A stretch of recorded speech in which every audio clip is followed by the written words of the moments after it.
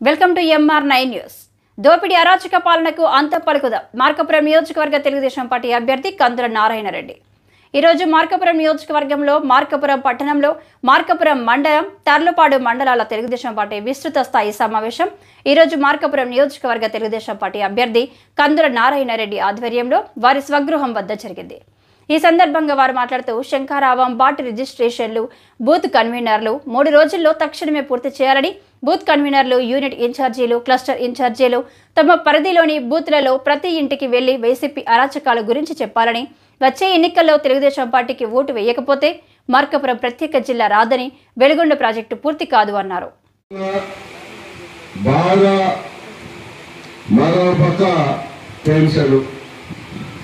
ఇన్ని మా ఇంట్లో ఉంటే మీరు ధైర్యం ఉందో నాకైతే తెలియదు.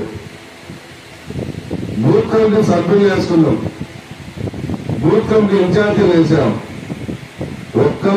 మార్కాపురం తర్లుపాడు మండలాల సర్వసభ్య సమావేశం నిర్వహించడం జరిగింది. ఈరోజు మేము మా కార్యకర్తలము మేమందరం కూడా రేపు ఎలక్షన్లలో వ్యవహరించాల్సిన వ్యూహాన్ని మేము సిద్ధం చేసుకుంటూ అందరికీ తెలియజేసుకోవడం జరిగింది.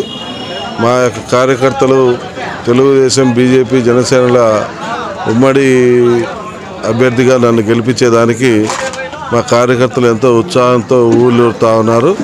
ఎప్పుడు ఎన్నికలు వస్తాయో, ఎప్పుడు ఓట్లు గుమ్ముదామా అనేటువంటి పరిస్థితిలో మా నాయకులు, కార్యకర్తలు ఉన్నందుకు ముఖ్యంగా మా నాయకులకు, కార్యకర్తలకు ప్రత్యేకంగా ధన్యవాదాలు తెలియజేస్తూ ఉన్నా.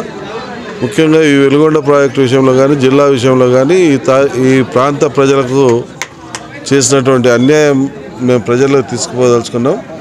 మరొక భరోసా కూడా కల్పించదలుచుకున్నాం.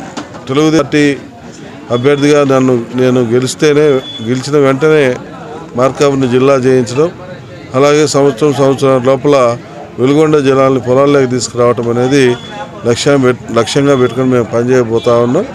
దానికి మా మిత్రపక్షాలు కూడా పూర్తి సహాయ సహకారాలు అందిస్తూ ఉన్నాయి.